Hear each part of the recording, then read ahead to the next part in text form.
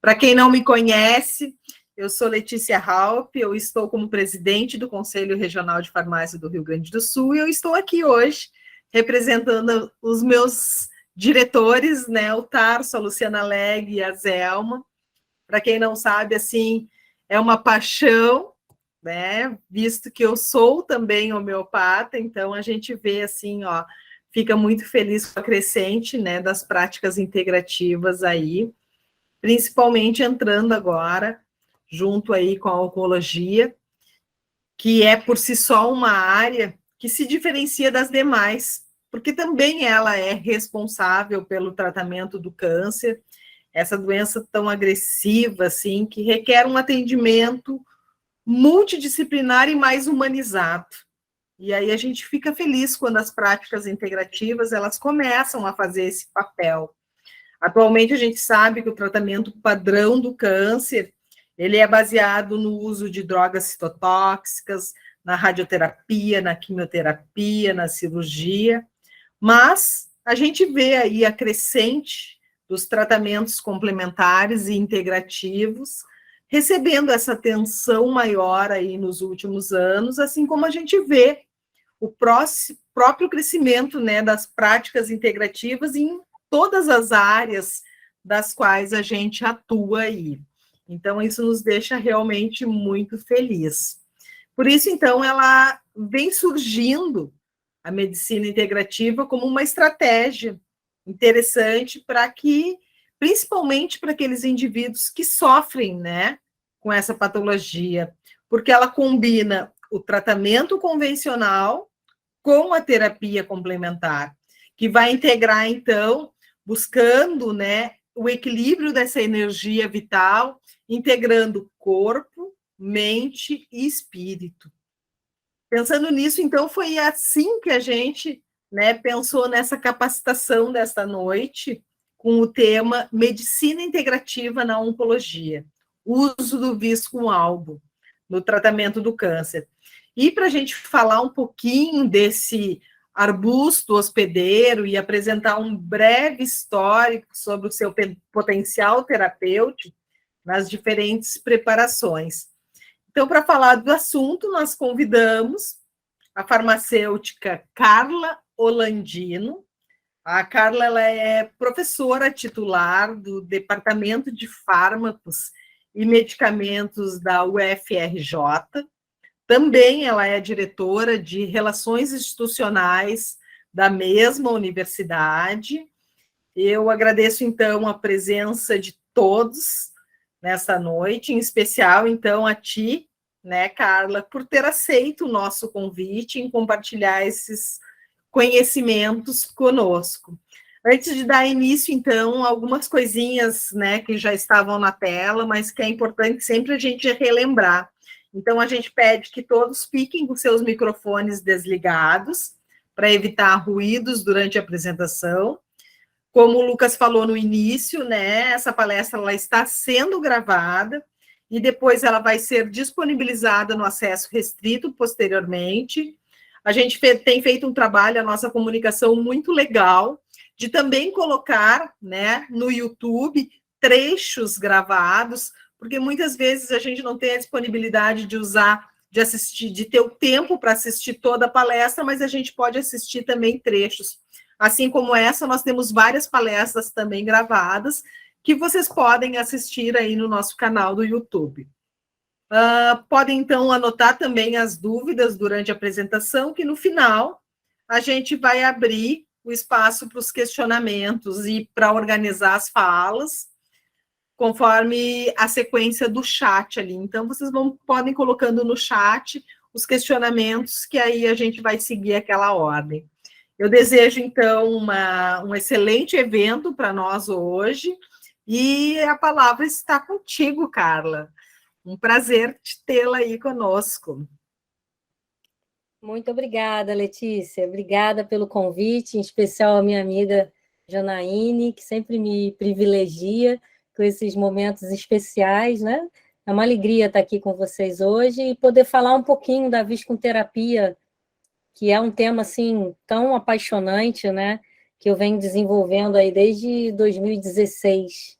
Então, conversar sobre isso e os benefícios dessa terapia e dividir um pouquinho do que a gente vem fazendo nessa parceria com a Suíça é um privilégio, né? E é uma alegria muito grande. Então, se vocês estiverem preparados, eu começo. Eu não sei quanto tempo eu tenho, não sei o que a Jana pensou, de que forma ela quer conduzir, se a gente começa. A gente teve um probleminha aqui que eu não consegui. Obrigada. Eu não consegui compartilhar a minha tela. A gente tentou de tudo, eu e o Lucas aqui.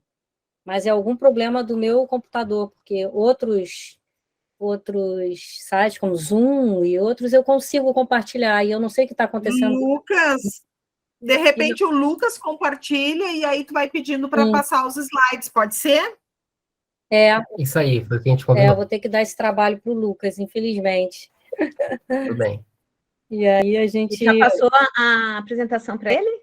Sim, tá aqui. Já passamos, já testamos, está tudo funcionando, exceto o meu compartilhamento de tela, que eu não sei o que aconteceu. Nem o Lucas conseguiu fazer funcionar. Eu tinha esperança que eu já... Às vezes acontece. Mas vai dar tudo certo. O Lucas compartilha para nós agora e aí tu só vai pedindo para trocar os slides. Tá, João. Compartilhar. Maravilha. Então, como você falou, Letícia, essa medicina integrativa ela é uma tendência, né, no mundo. A Europa já implementou a medicina integrativa já há alguns anos, e a oncologia integrativa vem sendo também utilizada de uma maneira bem destacada na Europa. E essa planta, em especial, o Viscum album, ela já tem um uso centenário dentro da oncologia, né? Então, cada vez mais a gente percebe que a associação entre as terapias, ela melhora muito o efeito final desejado, né? Isso acontece também na oncologia. Então, hoje em dia, a gente não tem só uma forma de tratar o paciente, né? Então, muitas vezes, o paciente precisa da quimioterapia, precisa da radioterapia, mas a gente sabe que esses tratamentos, eles implicam numa série de efeitos adversos. E aí entra a medicina integrativa, entra a viscoterapia, entra a homeopatia, entra a yoga, a meditação, a acupuntura para tirar dor, e outras abordagens que a gente pode estar fazendo para beneficiar o nosso paciente. E o Viscum tem essa característica muito importante dentro da oncologia integrativa, e eu vou contar um pouquinho disso para vocês. Não está ainda como tela cheia, né, Lucas? Não para mim, não sei se para vocês está. Para nós também não está como apresentação. Ali no cantinho, à direita, aparece ali para botar em apresentação, Lucas. Isso. E é legal a gente ter a oportunidade de falar nesse tema, né, nesse mês das mulheres, porque a gente sabe que o câncer de mama é uma problemática e que acomete as mulheres de uma maneira geral, mas o câncer de mama, ele deixou de ser uma sentença de morte, né? Cada vez mais a gente tem evoluído na terapêutica, tanto na rádio, quanto na quimio, na imunoterapia, e agora com a possibilidade da gente integrar outras práticas também, né? E quando a gente pensa no Viscum e no potencial terapêutico do Viscum, eu vou contar essa história aqui para vocês. A gente pode estar pensando na abordagem antroposófica e a gente pode estar pensando na abordagem homeopática. E a maior parte das evidências científicas com relação ao uso do Viscum album na oncologia diz respeito às preparações antroposóficas, que foram, então, introduzidas na terapêutica por Rudolf Steiner. Mas a gente tem a possibilidade também de utilizar o Viscum album como uma preparação homeopática. E é isso aí que eu vou mostrar para vocês, esse contraponto, o que um pode fazer em relação ao outro, de que maneira a gente pode trabalhar essa planta que é fantástica, ela é mágica. A primeira vez que eu vi o Viscum, eu posso dizer, assim, da minha experiência pessoal com ele é realmente uma planta que mexe muito com a gente. Eu lembro quando eu cheguei na Suíça pela primeira vez, eu nunca tinha visto o Viscum e já trabalhava no meu laboratório aqui no Rio de Janeiro, com os extratos do visco. E então eu cheguei lá em 2016, sedenta para ver a planta, para conhecer o que era a planta e querendo saber mais e mais. E aí me lembro como se fosse hoje, foi agendada uma entrevista minha com um botânico da empresa, que é a pioneira no tratamento com o visco, que é a Iscador, e o Hartmut virou para mim, me colocou sentadinha assim no meio do jardim dele, coisa mais linda, cheio de árvores, cheio de visco, me botou sentadinha na cadeira de frente para mim e falou assim: Carla, o que você sabe sobre o visco? E aí eu falei assim: eu não sei nada, eu vim aqui para aprender. O que eu estou vendo só do visco é o que ele consegue fazer nas minhas células em cultura, nas minhas linhagens tumorais, e eu estou encantada com esse potencial. Me mostra o que é, me diz como... E eu comecei a fazer um monte de pergunta para ele, né? E eu sou muito pilhada, assim, só não sou tanto quanto a Jana, mas eu sou muito 220, assim, né? E eu comecei a perguntar, e ele falou assim: calma, vem aqui que eu vou te mostrar o visco. E aí ele me mostrou, era uma macieira, né? O visco, ele é uma árvore parasita, né? O semi-parasita, então ele cresce sempre aderido a uma árvore hospedeira. E ele me mostrou a macieira. Você está vendo aqui o visco, Carla? Esse aqui é o visco crescendo aderido a essa macieira. Você sabe quanto tempo o visco demora para desenvolver 1 centímetro desse arbusto dele? Eu falei assim: não, quanto tempo? E aí ele falou: 1 ano. E aqui a gente vai contar, então, a idade desse visco. E aí a gente começou a contar, porque de nó em nó, cada nozinho que ele cresce de cerca de 1 centímetro demora 1 ano para acontecer. E esse visco, nessa macieira, tinha em torno de 12 anos. E aí ele virou para mim e falou assim: você acha que você vai conseguir aprender tudo sobre visco assim, no estalar de dedos? Aí eu fiquei olhando assim para ele e falei assim: não, né? Eu preciso de um tempo, então, para aprender. Isso, você precisa aprender com o visco o tempo de aprender sobre ele. Eu nunca esqueci daquilo. E aí eu comecei a desacelerar. Aquela impressão que ele me trouxe, eu falei assim: por que eu estou tão desesperada para aprender? Era a minha primeira oportunidade, eu ia ficar 72 dias nesse estágio de aperfeiçoamento, e ali eu botei o pé no freio e falei assim: não, realmente, vou fazer step by step, devagarzinho, e vou aprender com essa planta o que é trabalhar com ela. E dali para frente, a gente foi evoluindo nos projetos, e eu fui entendendo um pouquinho mais do desenvolvimento dessa planta, e aí no próximo slide eu conto algumas dessas curiosidades, porque o visco, ele já é utilizado, e há a descrição do uso do visco já desde a época hipocrática, principalmente problemas relacionados a desordens no baço, desordens menstruais. Depois, em Roma, Celsus também utilizou para tratamento de problemas de pele, tuberculose, epilepsia, infertilidade, doenças de fígado, pode ir mais um pouco. E na Alemanha, que é o berço praticamente da visconterapia, né? A Suíça e a Alemanha são os berços da visconterapia, para problemas de epilepsia, e, mais recentemente, o uso tradicional mais descrito para o visco é no tratamento da hipertensão, principalmente o visco homeopático, que é esse que a gente utiliza a partir das tinturas mães, né? Mas aí, quando a gente vai entendendo um pouquinho mais, pode passar, por favor, Lucas, o próximo, ele tem uma série de curiosidades, né? Então, a sociedade celta já reconhecia o visco como uma planta sagrada, que tinha poderes mágicos, que era capaz de curar qualquer doença. Então, a gente vê muitas imagens dos celtas, a gente vê algumas imagens também do Asterix lutando com o visco, com o arbusto do visco na mão, e ele dizia que aquilo dava poder, capaz de lutar contra os maus espíritos e contra as doenças. E existe uma tradição também já muito antiga, que o casal que se beija sob um arbusto de visco nunca mais se separa, e é feliz para sempre. Então, no Natal, as casas colocam, né, esse arbusto de visco enfeitadinho, com laço, e colocam sobre o portal da casa.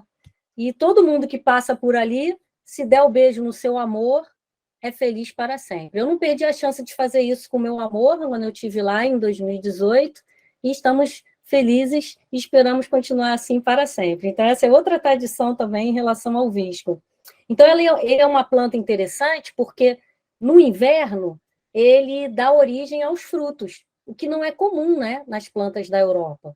Então, na Europa, as plantas ficam praticamente peladinhas, né? Elas se preparam para ficar quietinhas ali. E o visco não. O visco dá origem ao seu fruto exatamente no inverno europeu. Daí essa analogia com essa força misteriosa que o visco parece ter. E o visco, como ele cresce aderido, ele também não tem contato com o solo. Então, ele depende exclusivamente da nutrição que vem pelo hospedeiro.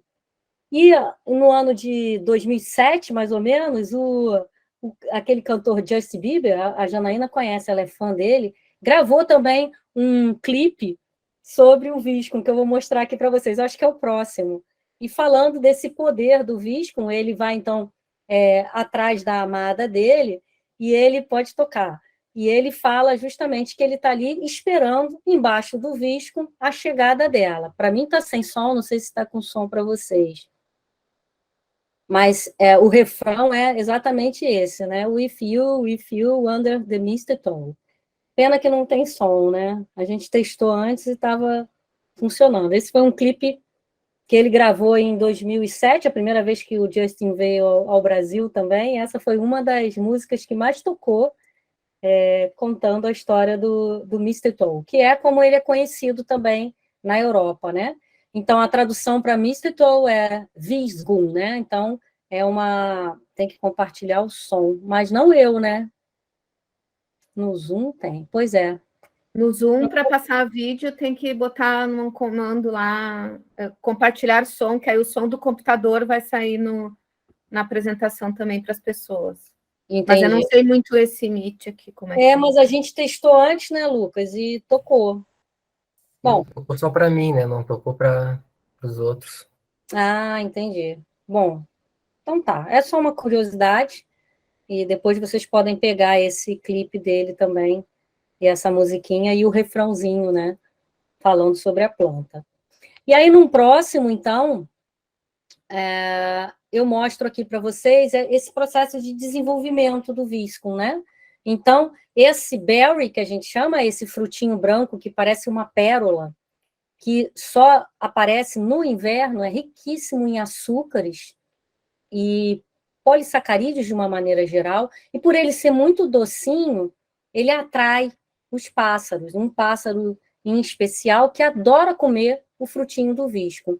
E ele vai lá e pega esse frutinho e ele defeca essa goma, e essa goma cai em diferentes árvores, e quando ela cai, então, numa árvore capaz de hospedar o visco, ele começa a se desenvolver. Então, é como se fosse uma mucilagem, esse processo de proliferação dele nas árvores hospedeiras. E até que ele consiga formar o que a gente chama aqui o austorium, que é uma pequena raizinha que ele projeta e começa, então, a interagir com a árvore hospedeira, isso demora um tempo considerável. E depois, então, ele começa a desenvolver o primeiro par de folhas.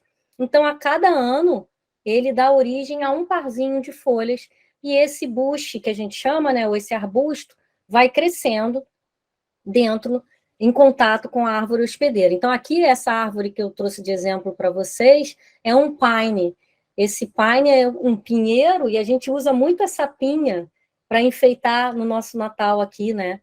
Então, o fruto do pine também é essa pinha. Então, ele cresce todo o tempo, se nutrindo da árvore hospedeira, mas ele não mata o hospedeiro. Então, é uma interação benéfica que não chega a causar prejuízos à planta.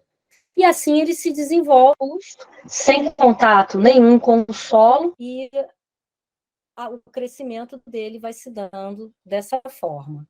Então, num próximo, eu mostro também essa fase de as várias árvores hospedeiras. Então, aqui a gente tem um visco crescendo em macieira. Vejam aqui, ó, na direita, a gente vê o arbusto. E aí, se você olhar para a árvore hospedeira também, você vê os vários bushes, não sei se vocês conseguem identificar, os vários tufos, verdinhos mais claros, são de visco. Então, esse é o visco de apple, né, ou viscum de Malus domestica, que é a árvore da macieira. Num próximo, a gente vê uma outra árvore que pode hospedar o viscum, que é o carvalho, que é conhecido como oak também. Então, esse carvalho também, a gente tem duas subespécies, que é o Quercus horbo e o Quercus petreia. Então, esses dois tipos de carvalho hospedam, estão vendo aqui o carvalho altão e os vários buches de viscum. Então, numa próxima, a gente tem o elme. O elme é uma das plantas da onde se tira o floral, né, Jana? Floral de elme, que é... Sim, eu estou até comentando isso. O oak, o elme, o crab apple também é um mamalos, né? E o pine, já falei? Pine, tudo isso daí é floral. Vira floral, né? Então, olha ele no inverno, a coisa mais linda, né? Então, a árvore fica totalmente congeladinha, mas o arbusto do bush aparece, né? O arbusto do viscum album aparece destacado com uma vitalidade assim incrível, que a gente se pergunta, pô, essa árvore vai morrer. Depois que passar esse inverno, ela vai morrer. E passa o inverno, vem a nova estação e ele está ali, bonitinho, crescendo novamente. Então, esse é o viscum de elme, que é o Humus carpinifolia, e no próximo, o meu preferido em especial, que é o viscum de Abies alba. Esse é um pinheiro que chega até 10 metros de altura. Está dando um eco, né?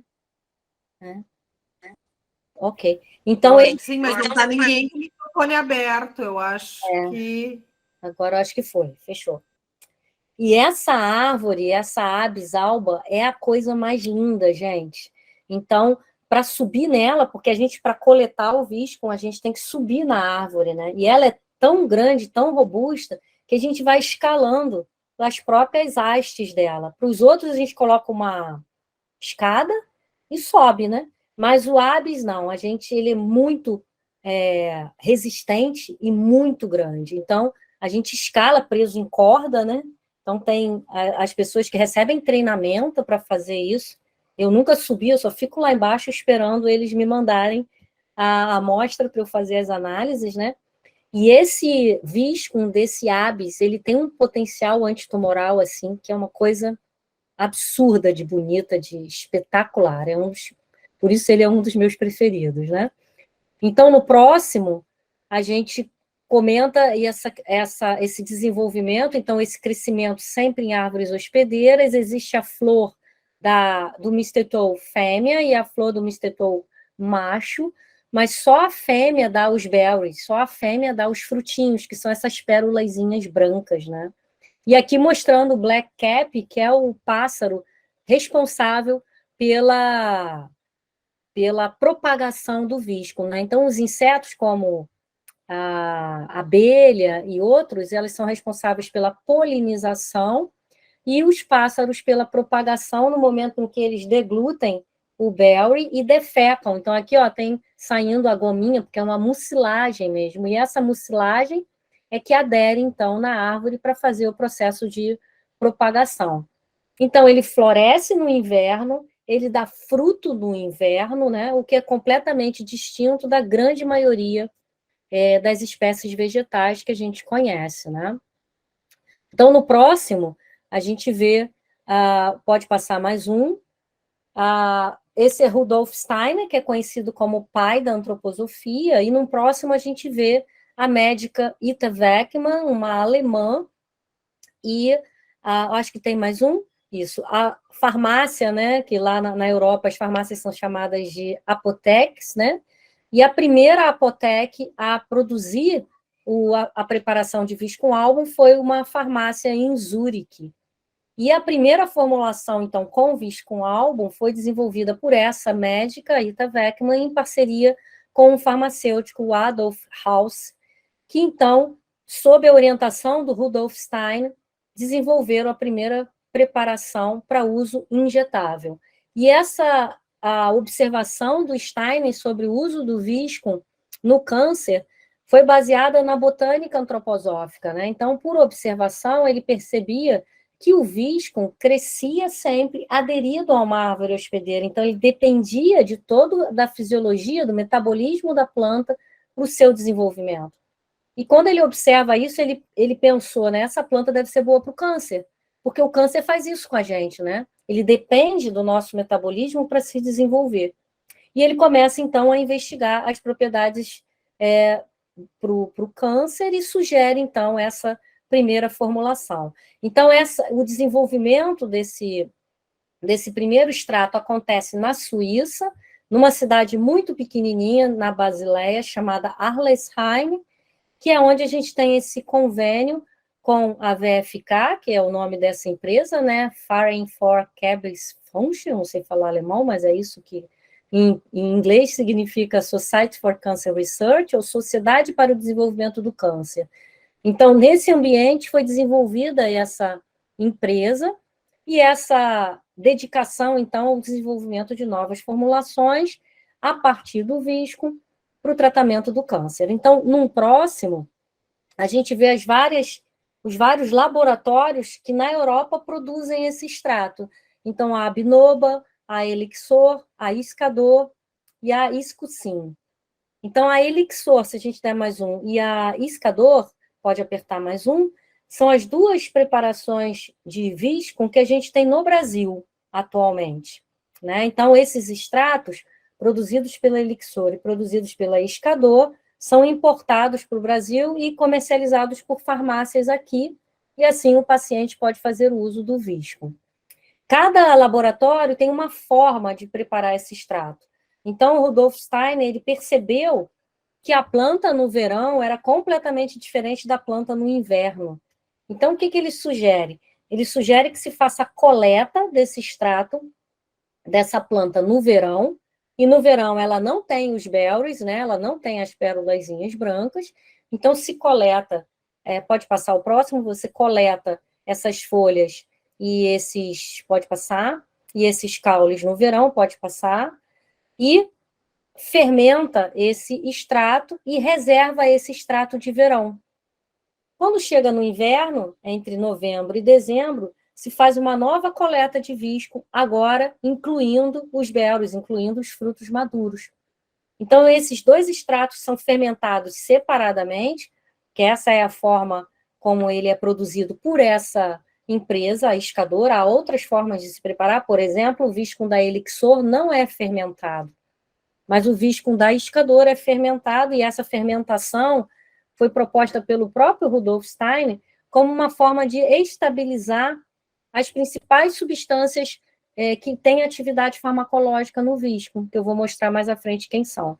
Então, esse processo de fermentação acontece, e numa época específica do ano, segundo o calendário biodinâmico da antroposofia, se faz o que a gente chama, entre aspas, o casamento da tintura de inverno com a tintura de verão. E isso se faz numa máquina que foi desenhada pelo próprio Rudolf Steiner, que gira 10.000 RPMs por minuto, ou seja, ela faz uma dinamização desse extrato que vem do inverno e alcança o extrato de verão. Então, essa mistura é feita sob uma agitação muito intensa, e aí sim se produz esse extrato.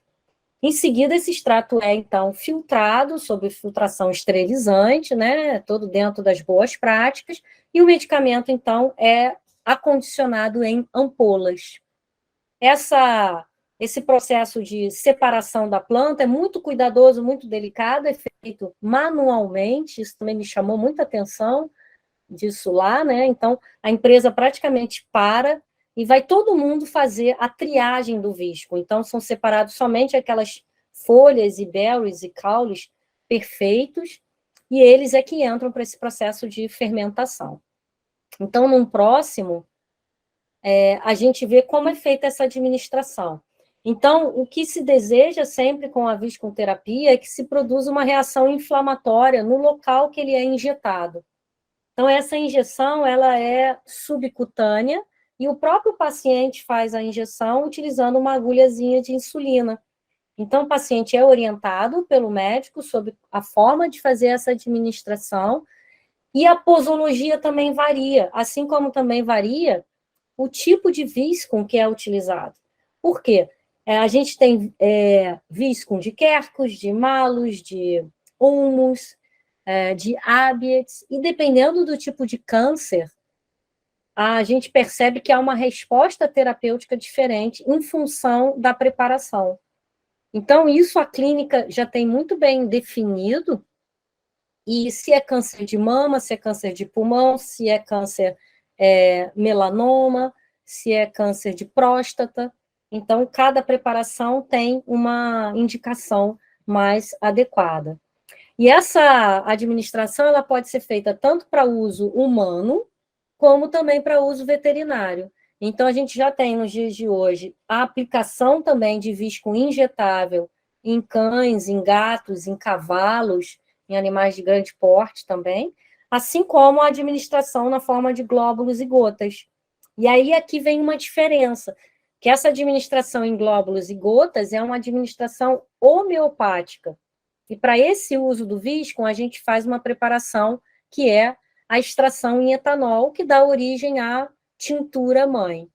Então, como essa tintura mãe etanólica, ela é preparada segundo a farmacopeia homeopática, eu a utilizo para impregnar os meus recipientes homeopáticos, como água, o glóbulo, o tablete, e assim sucessivamente. Eu não injeto essa formulação porque ela é uma formulação hidroalcoólica, né? Então, para a gente fazer essa injeção, a gente precisa isotonizar o medicamento, tamponar o medicamento, para que ele não dê origem à dor e nenhum tipo de reação, que não a reação inflamatória. Então, a reação inflamatória e o aumento da temperatura local são reações desejáveis com o uso do visco. Então, sempre que isso acontece, a gente sabe que o paciente realmente está reagindo, está produzindo ali essa reação inflamatória, a chegada de macrófagos, a ativação do sistema imunológico, e isso é importante para a resposta terapêutica. Então, no próximo, a gente vê como que esse visco age realmente, né?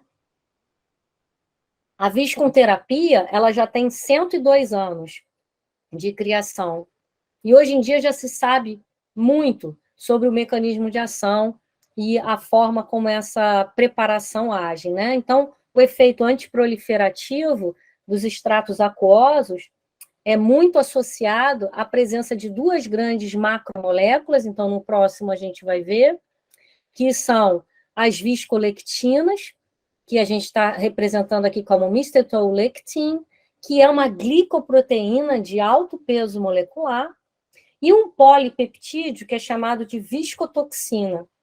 As viscotoxinas, elas têm várias isoformas, assim como a viscolectina tem também várias isoformas. E cada preparação, aqui a gente vê nesse gráfico, por exemplo, ó, o viscum de Mali, o viscum de Habeas, o viscum de Pine. Estão vendo esses gráficozinhos? Mostram justamente a diferença na proporção de viscolectina e de viscotoxina. Toda preparação aquosa de viscum álbum... Olha, aqui tá abaixo. Então, toda preparação aquosa de viscum álbum contém viscolectina e viscotoxina. E são essas duas substâncias as principais responsáveis pelo efeito terapêutico. Mas elas não são as únicas. A gente vai ver mais à frente que existem outras substâncias, outros compounds que a gente chama de small molecules, ou de moléculas menores, como flavonoides, ácidos fenólicos, terpenoides, que também auxiliam nesse processo antitumoral, antiangiogênico, que acaba por reduzir o crescimento do câncer.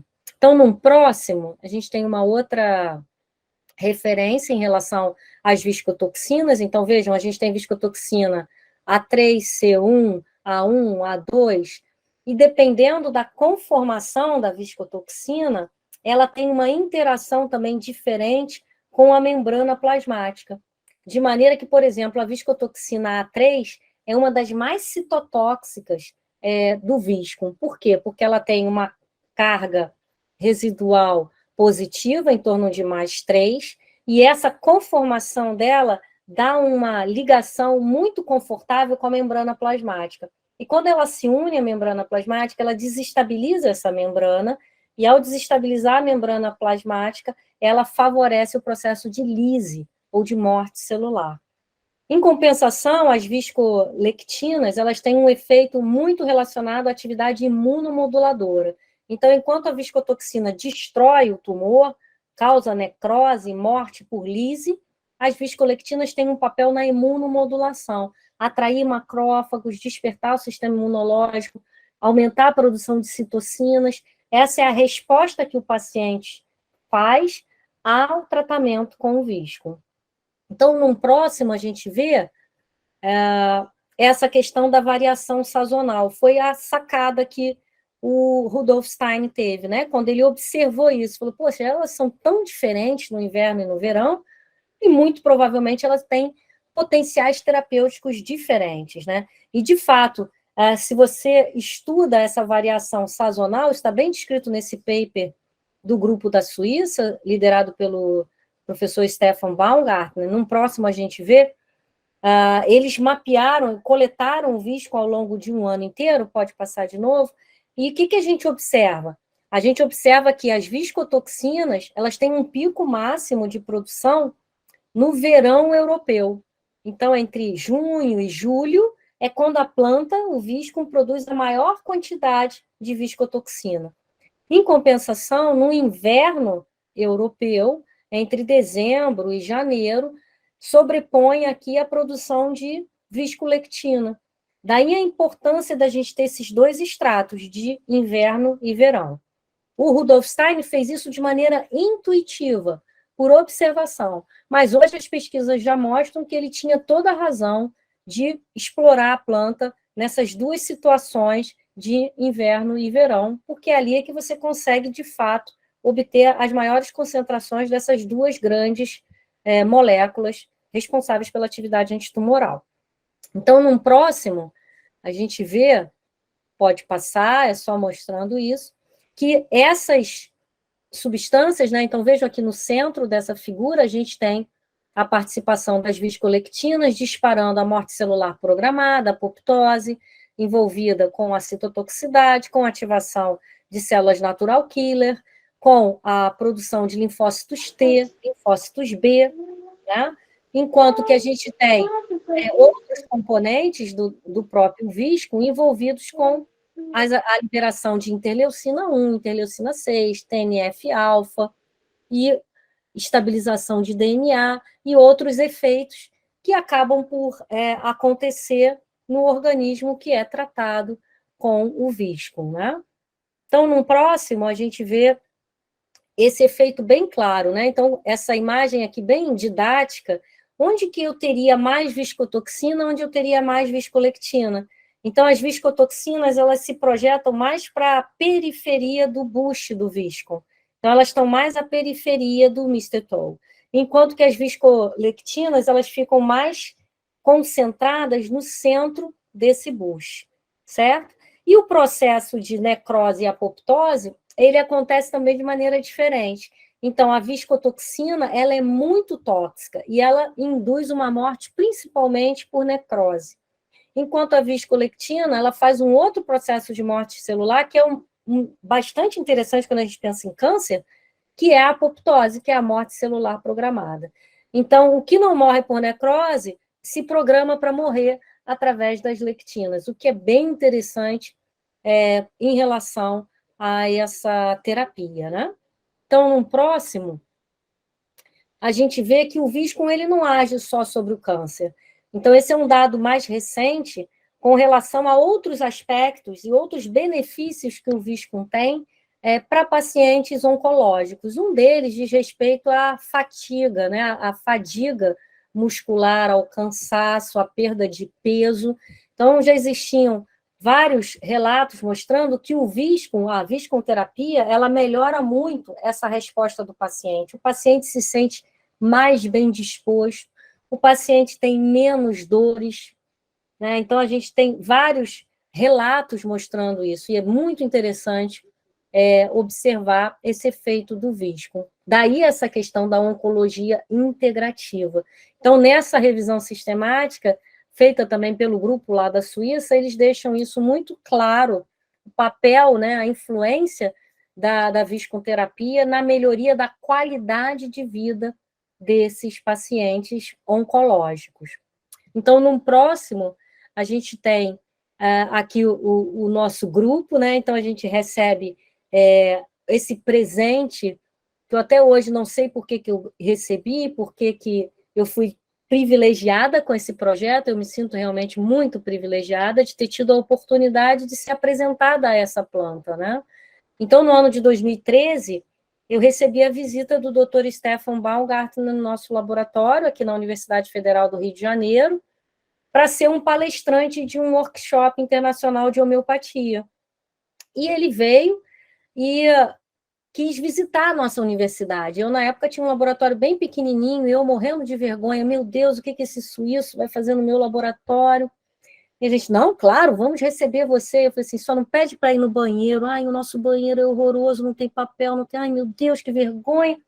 E ele veio muito solícito, muito tranquilo, né? E a gente fez essa reunião, incluindo os alunos e todo mundo muito motivado.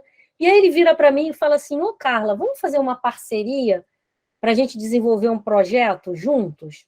Eu falei assim, eu queria desenvolver um projeto em parceria com você. É mesmo? Mas o que eu posso contribuir? Ele falou, eu tenho muita vontade de entender mais sobre a metabolômica do Viscum album.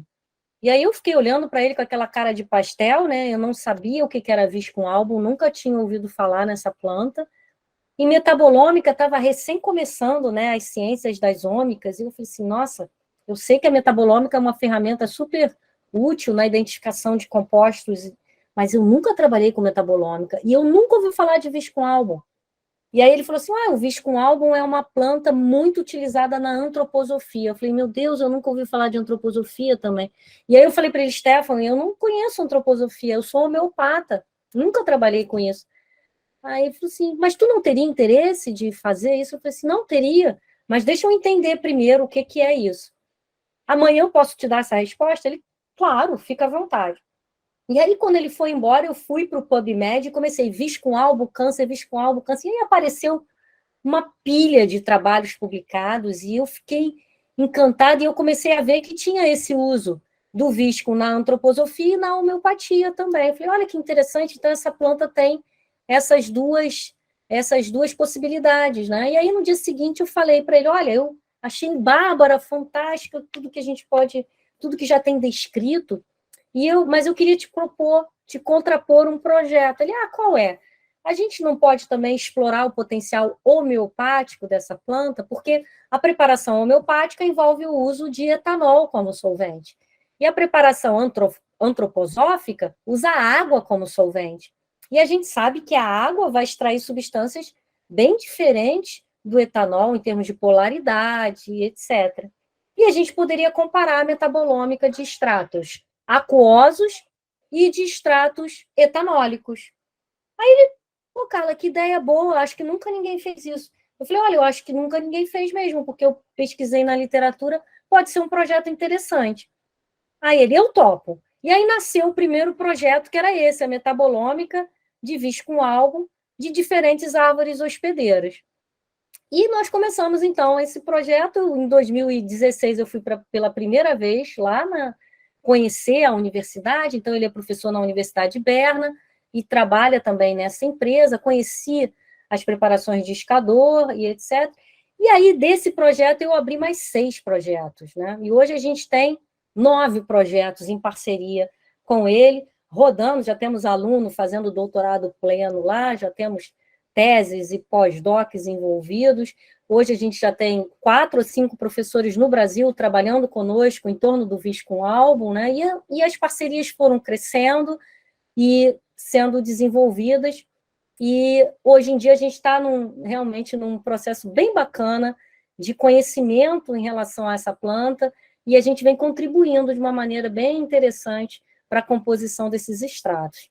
Hoje a gente tem 2 termos de cooperação internacional com a Universidade de Berna e a própria Society Cancer Research, e isso permite a gente fazer o que a gente chama de mobilidade, tanto de professores quanto de alunos, para que esse projeto possa ser desenvolvido tanto aqui no Brasil, quanto lá na Suíça. Então, desde 2016, eu vou todos os anos à Suíça, faço coletas de material, analiso parte lá, parte aqui no Brasil, e a gente vem contribuindo também com o desenvolvimento de novas formulações farmacêuticas contendo viscoalbum, né?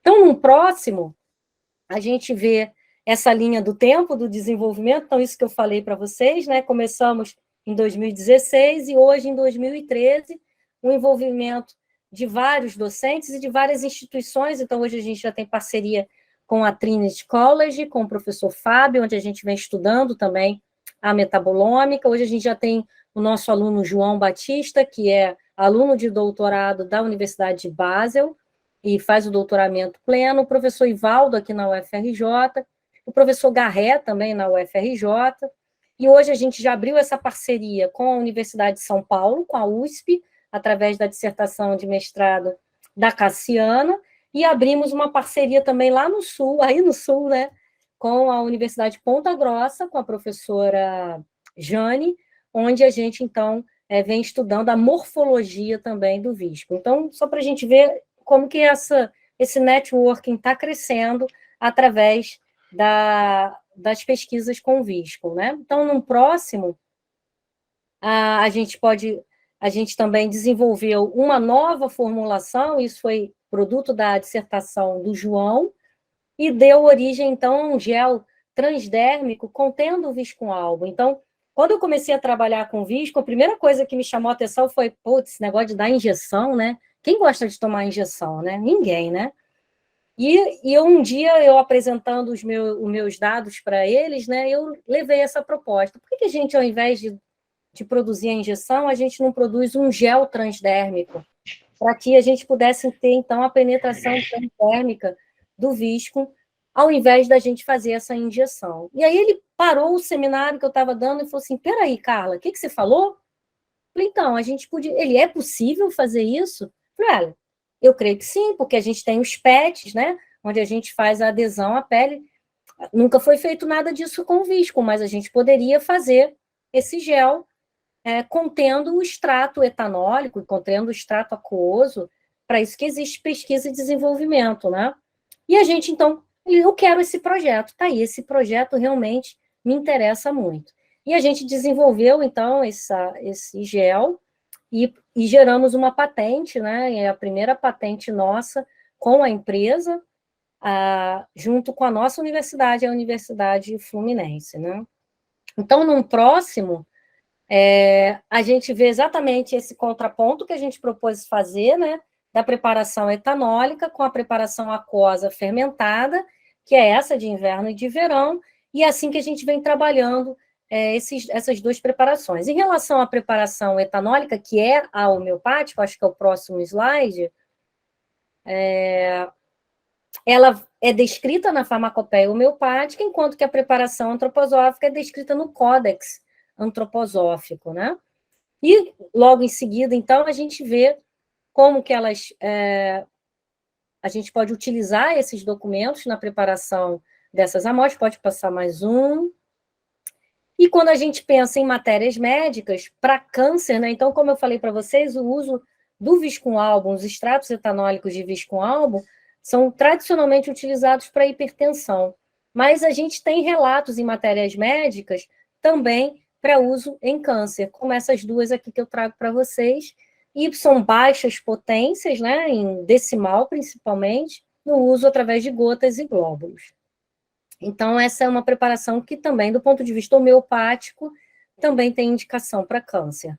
Então, no próximo, quando a gente pensa no uso para hipertensão, né, que é o que a gente vê de mais tradicional, existem pouquíssimos materiais publicados também sobre mecanismo de ação, mas existe um estudo piloto que foi feito na Índia, mostrando a atividade antihipertensiva do visco. Hoje a gente tem um projeto, que é o projeto do Rodrigo, que está aqui com a gente, está fazendo um mestrado, explorando a atividade do visco, do extrato etanólico de visco, na hipertensão, através de modelos in vitro. E a gente espera, então, contribuir também um pouquinho com o mecanismo de ação dessas preparações em células renais, de que forma ele poderia atuar, né? Então, num próximo, essa foi a pergunta que a gente se fez, né? Seria possível a gente obter efeitos semelhantes quando a gente utiliza a tintura mãe homeopática com relação à preparação antroposófica? E para responder essa pergunta, a gente desenvolveu uma série de experimentos. Então, no próximo, a gente já vê esse preparo. Então, no primeiro momento, a caracterização dessa tintura mãe. Então, a gente inicia o processo de maceração, ela é bem verdinha, bem clarinha, e depois de cerca de 18 dias, no próximo, ela fica um castanho amarronzado. Então, esses são os vários hospedeiros que a gente prepara, depois a gente filtra e utiliza essa tintura-mãe como ponto de partida. Então, no próximo, a gente caracteriza isso em função dos vários hospedeiros, pode passar, e a gente testa, então, esses materiais. Aqui um videozinho também mostrando a coleta desse visco numa macieira. Então, esse aqui é um ambiente lá da empresa, esse é o Miriô, que é o responsável pelas coletas junto comigo.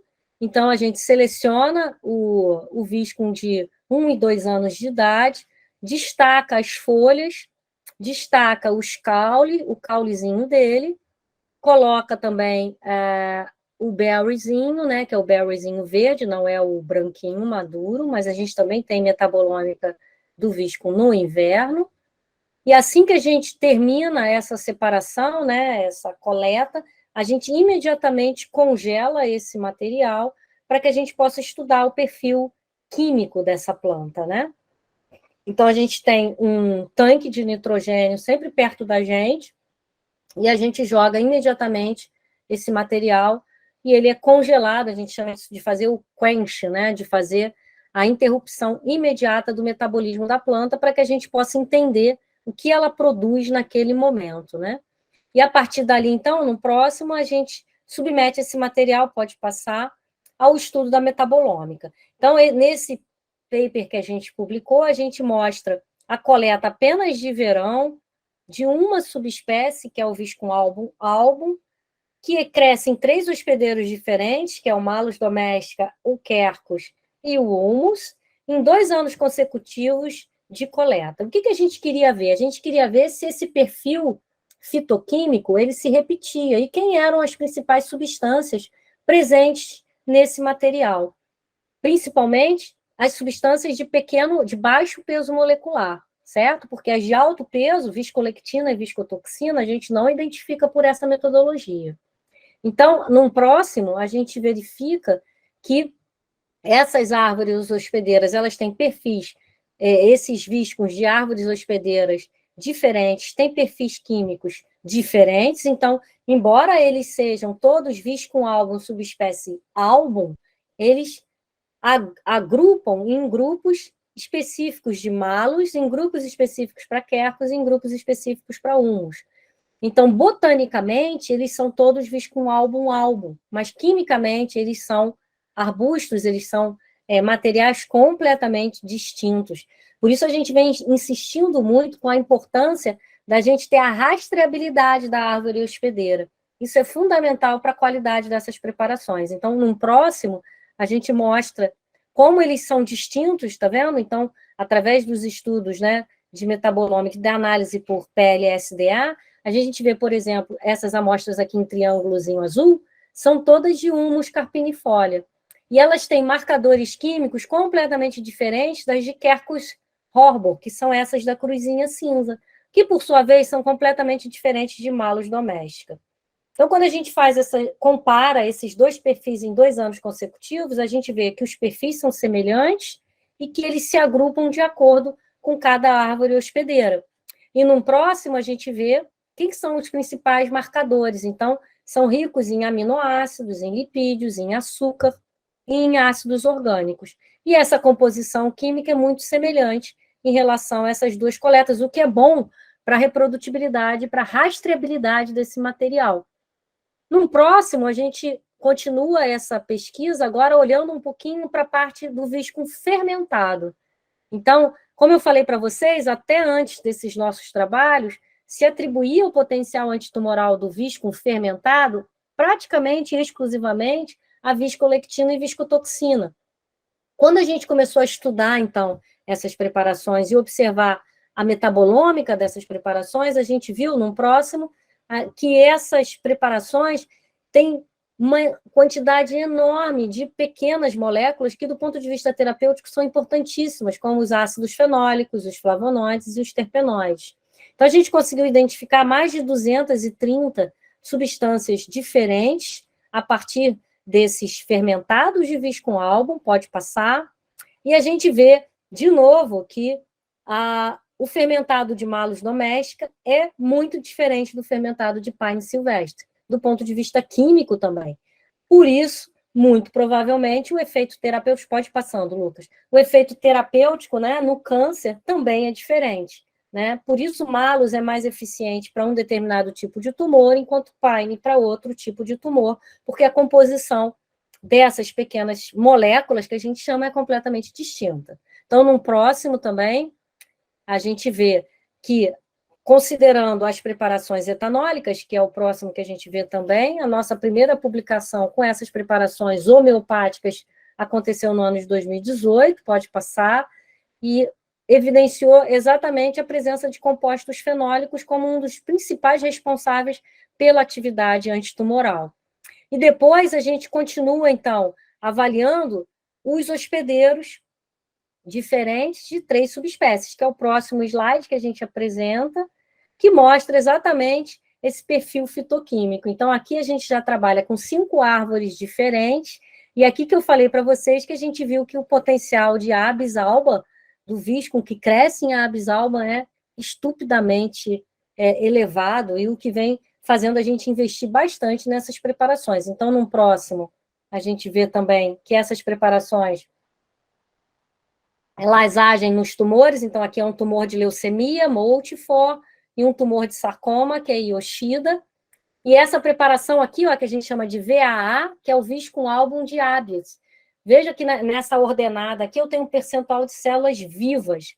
Olha o que o Viscum faz com esse tumor. Ele praticamente detona as células tumorais em doses muito pequeninas. Então, tanto o álbum em multifor quanto em Yoshida, o efeito destrutivo é muito significativo. Então, num próximo, a gente avalia se esse efeito seria mais necrótico ou mais apoptótico, e a gente vê, pode ir passando, que o efeito de Abies alba é quase que exclusivamente necrótico. A gente não tem células aqui morrendo por apoptose. Então, num próximo, a gente continua investigando o potencial dessas preparações e agora pensando em mecanismo de ação, como eles podem agir de fato. Então, no próximo trabalho, a gente mostra isso agora, considerando, juntando essa questão da metabolômica com a questão da atividade anticâncer, que foi o trabalho de doutoramento da Michele, uma farmacêutica aluna nossa, que defendeu no ano passado o seu doutorado. E a gente mostra pela primeira vez o mecanismo de ação dessas tinturas mães homeopáticas. E a gente mostra que essas tinturas, então, elas são capazes de inibir as enzimas glicolíticas do câncer. Então, no próximo a gente vê. Então, vocês devem lembrar lá da bioquímica de vocês, né, que as células cancerosas, elas têm uma respiração diferente das células normais. E as enzimas glicolíticas têm um papel fundamental nesse processo de tumoração. Então, a gente vê isso claramente nesse trabalho que a gente publicou numa revista muito bacana, que é a Frontiers in Pharmacology, mostrando numa próxima que esses extratos, principalmente de... Essa é a tese da Michele, que está disponível, vocês podem acessar. E num próximo, então, esses extratos, olha a Michele bonitinha aqui defendendo, foi uma defesa online que teve como avaliador o professor Stefan Baumgartner, teve uma defesa com tradução simultânea, foi um momento muito bacana do nosso grupo, que laureou a Michele com o título de doutorado. Então, no próximo, a gente observa, então, como principal resultado da tese da Michele, pode passar. Então, a Michele trabalhou com as coletas de inverno e de verão, e a gente vê uma coisa muito interessante, essa foi uma linhagem de câncer de mama altamente metastática, e quando a gente testou as preparações etanólicas, né, homeopáticas de inverno, a gente observou que não houve nenhum efeito citotóxico nessa linhagem. Isso chamou a atenção da gente e a gente foi observar, então, num próximo, o efeito das tinturas de verão. E quando a gente observa, então, pode passar, o efeito nas tinturas de verão, aí sim a gente vê uma curva dose-resposta aparecendo. A gente observa que as tinturas, aqui o que a gente põe, A é Abis, P é Pine, M é Malus, Q é Quercus e U é Humus. Por exemplo, as tinturas de Pine não têm nenhum efeito nas células de câncer de mama. E, de fato, o Pine não é uma preparação utilizada para câncer de mama. Em compensação, Malus, Abietes e Humus têm efeito significativo nessa linhagem de câncer de mama. E a gente foi ver por que essas células morrem. E a gente foi investigar, então, esse efeito em enzimas glicolíticas. E a gente conseguiu identificar muito claramente, pode passar, que essas tinturas, pode passar, principalmente Abis e Quercus, pode passar, elas são capazes, esse é o efeito em células normais, então, não existe uma seletividade muito grande para as células normais, elas também sofrem os efeitos deletérios desses extratos, mas no próximo, então, a gente vê o efeito sobre as enzimas glicolíticas, que é o que foi o grande achado desse trabalho, pode passar, e que chamou a atenção e que permitiu, então, a gente traçar o primeiro mecanismo. Então, só para a gente relembrar a nossa bioquímica aqui, o ciclo de Krebs e o efeito da enzima, né, da hexoquinase, logo como uma primeira enzima reguladora aqui, da piruvato desidrogenase, da piruvato quinase, lactato desidrogenase, e todo esse ciclo, o que acontece com as células tumorais, que tem uma expressão, né, uma atividade dessas enzimas bastante diferente das células normais. É o chamado efeito Warburg, que foi descrito para as células de câncer, né? E aí, numa próxima, a gente vê que as nossas tinturas de Abis e Quercus, vejam como elas praticamente acabam com a atividade das hexoquinases, de piruvato, da fosfofrutoquinase, da piruvato-quinase e da glucose 6-fosfato. Então, mostrando realmente que há uma interferência direta na via glicolítica. Então, se a gente inibe esse efeito da via glicolítica, a gente, consequentemente, modifica o processo de respiração desse tumor. E, consequentemente, ele vem a diminuir o seu crescimento e a morrer, né? Então, num próximo, a gente descreve esse mecanismo e chama a atenção, pode passar, para essa atividade. Então, pela primeira vez, a gente mostra que as tinturas de Visch com álbum têm um efeito antitumoral associado a essas enzimas glicolíticas e a inibição do efeito Warburg. E agora esse projeto está continuando, então, a gente está usando a mesma abordagem metodológica, utilizando os extratos fermentados. Então, a pergunta que a gente quer responder agora é: será que os extratos fermentados também agem sobre as enzimas glicolíticas, também inibem o efeito Warburg? Isso eu vou ter a resposta para dar para vocês só no ano que vem. Essa pesquisa está recém começando, mas a gente está muito motivado na busca por esse mecanismo de ação também. Então, no próximo, a gente mostra também esse perfil químico, ele é bem diferente, então pode passar. Então, a gente já chegou num ponto de coletar o visco de diferentes localidades, e a gente observa que, dependendo das condições do solo, a produção de viscotoxina, que é essa molécula muito importante para a morte celular, ela também é bem diferente, e a gente tem solos aqui que favorecem o aparecimento ou o desenvolvimento dessa viscotoxina. E é nesse ambiente aqui, em especial, numa fazenda chamada Ruti, que a gente tem investido o maior número de coletas, porque é onde a gente encontra também as maiores concentrações de viscotoxina. Então, a ideia da gente é, de fato, entender a composição também desse solo e o quanto ela influencia na composição química do nosso visco álbum também. Então, no próximo, a gente vem construindo, então, com esse projeto, um grande banco de compostos, né? Onde muitos deles nunca foram descritos para visco. Então, essa biblioteca hoje ela já tem cerca de 200 substâncias diferentes, e a ideia é que a gente possa evoluir esse projeto também para o isolamento de algumas dessas substâncias, né? Então, a gente vê muito isso acontecendo na pesquisa com produtos naturais. Então, a gente observa que uma planta tem uma determinada atividade antitumoral, num segundo momento, a gente quer saber que substâncias daquela planta têm esse efeito, para saber se a substância isolada produz o mesmo efeito e se ela pode ser sinteticamente produzida, né? Então, talvez a gente chegue também nessa condição desse nosso projeto. Mas, num primeiro momento, a gente precisa construir esse banco de dados de vis com álbum, que é o que a gente tem feito nesses 2 ou 3 anos de projeto. Pode passar. Então, hoje, esse banco é bem interessante e vem sendo utilizado pelos pesquisadores. Por fim, mostrar esse projeto onde a gente desenvolveu, então, essa formulação transdérmica, que foi o projeto de mestrado do João, e que vem evoluindo com outros experimentos também. Então, pode passar. O João teve a oportunidade também de fazer uma parte do seu mestrado lá na Suíça, pode passar essa dissertação de mestrado dele, que foi defendida em 2019, pode passar, e aí são várias imagens, ele na árvore, a gente fazendo as coletas, a identificação por esse cata, o preparo de tintura-mãe, e no primeiro momento a gente sempre fazendo o extrato, hoje a gente já evapora esse extrato e trabalha com material seco, e esse extrato evaporado a gente incorpora numa matriz de hidrogel, que é um gel Pluronic, que tem uma característica muito interessante de termorreversibilidade. Então, o Pluronic, ele é a temperatura corpórea, né, a 37 graus, ele se torna gel, e a temperatura de geladeira ele é líquido. Então, ele tem um comportamento diferente da maioria dos géis. E a gente vem utilizando essa propriedade dele, pensando na possibilidade da gente fazer também o uso intratumoral. Então, a gente coloca a preparação em geladeira, ela fica fluida.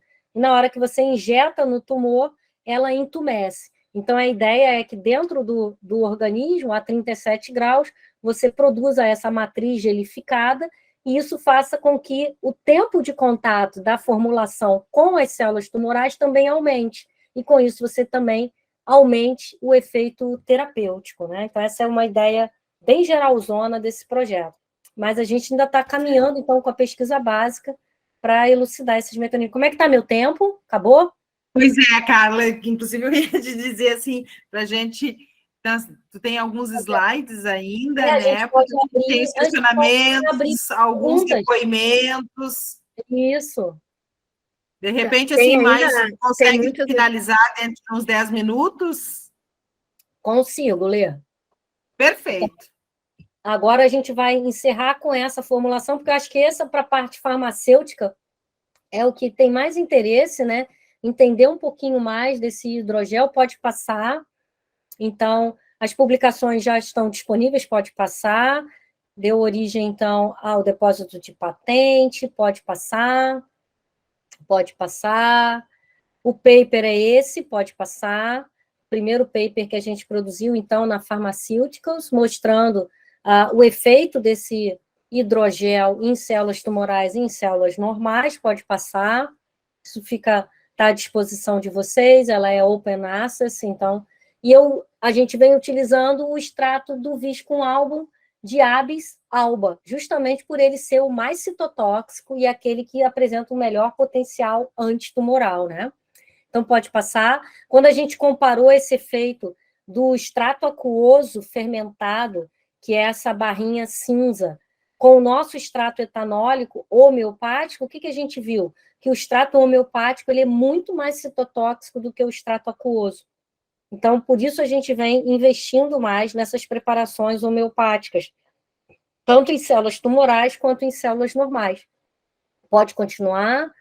Então, nessa comparação, a gente deixa isso muito claro, e quando a gente pode continuar, quando a gente mostrou esse efeito, a gente passou a investir basicamente nas preparações etanólicas, pode passar, e pode passar. Com isso, a gente deu origem agora a um novo trabalho, que é a tese de doutorado da Mariana, também uma farmacêutica.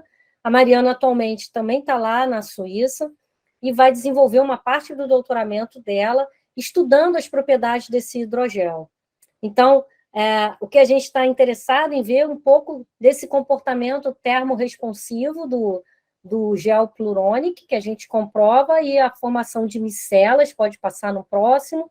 Então, o que pode passar, o que a gente observa na formulação é que realmente há uma geração de micelas de tamanho nanométrico, o visco, que é essa figura C aqui, ele fica concentrado dentro dessas micelas, e isso é importante para que tenha essa permeação pela epiderme, né? Então, esse processo de permeação se dá a partir de uma difusão, quando a gente passa, então, o hidrogel sobre a superfície da pele. Então, pode passar. Quando a gente testou, então, esse dado aqui é muito interessante, porque a gente comparou uma célula de câncer de boca com uma célula de fibroblasto normal, e a gente comparou, então, a nossa formulação, a citotoxicidade dessa formulação para o câncer, que é essa célula SCC25, em relação a L929, que é a célula normal. E aí, o que a gente observa? Que há uma seletividade, há um efeito citotóxico mais pronunciado na célula tumoral do que na célula normal, o que deixou a gente muito animado com relação ao potencial dessa formulação. E mais à frente, a gente vê, através de microscopia eletrônica, olha como que fica a célula tumoral, ela é completamente destruída pelo efeito do nosso hidrogel. Tá vendo? Aqui a gente vê uma maçaroca de célula, ela sofre um efeito de lise. As mitocôndrias são muito afetadas, então, provavelmente, de novo, aquele efeito nas enzimas glicolíticas acontece na presença do nosso hidrogel, e quando a gente compara isso, que é o próximo slide, com a célula normal, para surpresa nossa e a alegria da gente também, a gente viu que a célula normal não sofreu nenhum tipo de dano morfológico importante. Então, o núcleo está preservado, as mitocôndrias, as membranas, isso deixou a gente muito intrigado com esse efeito realmente do hidrogel, essa possível seletividade dele para o câncer, né? Então, no próximo, a gente apresenta aqui o último trabalho da gente, que já é essa parceria aí com a Universidade de Ponta Grossa, com a professora Jane, onde a gente contribuiu com a morfoanatomia dessa planta.